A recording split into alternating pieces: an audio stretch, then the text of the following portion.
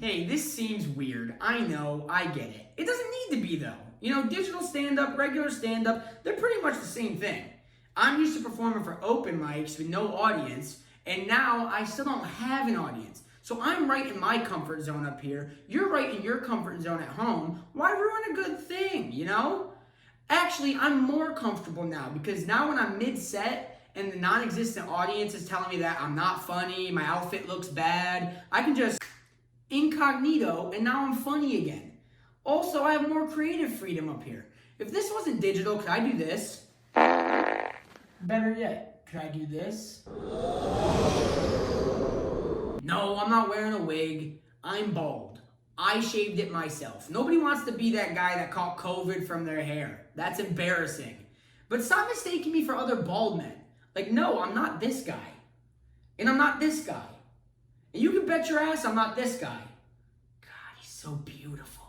Anyways, I am nowadays seen and known as this guy, though. Speaking of masks, quarantine's been crazy. Luckily for me, I got to spend it with my girlfriend. And that's a real girlfriend. She's an R girl. She's no E girl. She collects unemployment and she keeps the bathwater in the tub where it belongs. You know, we've been dating like 9 months prior to the pandemic. Wow. So we were like, 2 weeks of quarantine? That's nothing. That's like a Spotify free trial. Except we never got to cancel that free trial. See, we're 18 years deep on this now, people. Because 1 day of quarantine dating is equal, give or take, to about 6 months of real life dating. Basically, we spent the lockdown in the hyperbolic time chamber from Dragon Ball Z. Except I didn't get no senzu beans to save my ass when it got tough. You know, we got a family now. 2 toddlers and a newborn on the way. Honestly, the newborn will probably be here by the end of the set. We got Will and Jada. I'm sorry. The clips, the images, they got entangled during the editing. We got Will and Jada type relationship guru credentials now. People, let me stop playing though. Isn't that like saying you graduated online with a degree from University of Phoenix? But isn't that like saying you got a degree from anywhere nowadays? Really, I've loved doing the pandemic with my girlfriend. The only thing I've struggled with is separating the baby talk I do with her from the regular speech I have with my friends.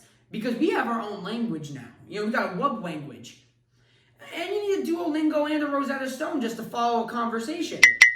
And I shouldn't have to tell you why I try to separate the two. I'd like to think it's pretty obvious. Because accidentally baby talking somebody else is a form of cheating. And do I look like I cheat? Really? Dog, my head looks like a naked dandelion. I ain't cheating. Get out of here with that. It does happen sometimes though. You know, I slip up. Happens when I least expect it. For example, I'm playing Smash with my homies. I kill somebody. I go, Wes, I whooped this game. It was at this moment that he knew. He fucked up. You don't even realize that the baby talk's a problem until it's too late. Like, you're at a Dunkin' Donuts and you're like, well, let me get a large iced coffee with a French vanilla swirl, please. Or worse yet, you're at a funeral and you're like, oh, look at the little casket, so cutie. And if you make it to that point, dog, you should probably be the one in the casket. Real talk, I got beef with COVID. And anybody whose name starts with a C now because it triggers me. Like, what gives it the right to just be chilling here for this long? Don't most places have laws against loitering? Like, during the development and planning stage of 2020, which brainiac programmer decided to greenlight a pandemic? Hey, guess what? I'm a programmer. I'm going to greenlight these hands, and I'd love to have a conversation. You know, I say all this, but it hasn't been all that bad for me. Personally, the COVID's allowed me to become more financially stable, which is good. Because at first it was real scary when I got unemployed. But then it got less scary when I got re-employed by the unemployment office, which is dope. I got to be my own boss, clock in when I want, clock out when I want, and I got to do whatever I want on the clock. Make of that what you will. It got scary again, though, when I got re-unemployed by unemployment. Because the CARE Act ended because the government doesn't care about Joseph. Which sucks. Because before all of this, I loved my job. I worked with kids after school, taught them improv, arts and crafts, stuff like that. Which, if that doesn't sound alarming, it probably should. This is what I look like pre-pandemic. I look like the type of guy who, if I move into your neighborhood, you're going to get an email saying that I'm there. Like, I look like my lunch break was a pack of cigarettes, dog.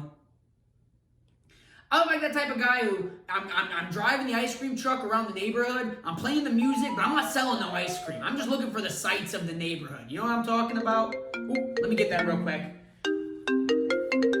Hello? Wes? Okay, I'll be right there. Didn't I say that the baby was probably going to come by the end of this set? Hey, this has been real fun. Let's do this again sometime. I'll see you around.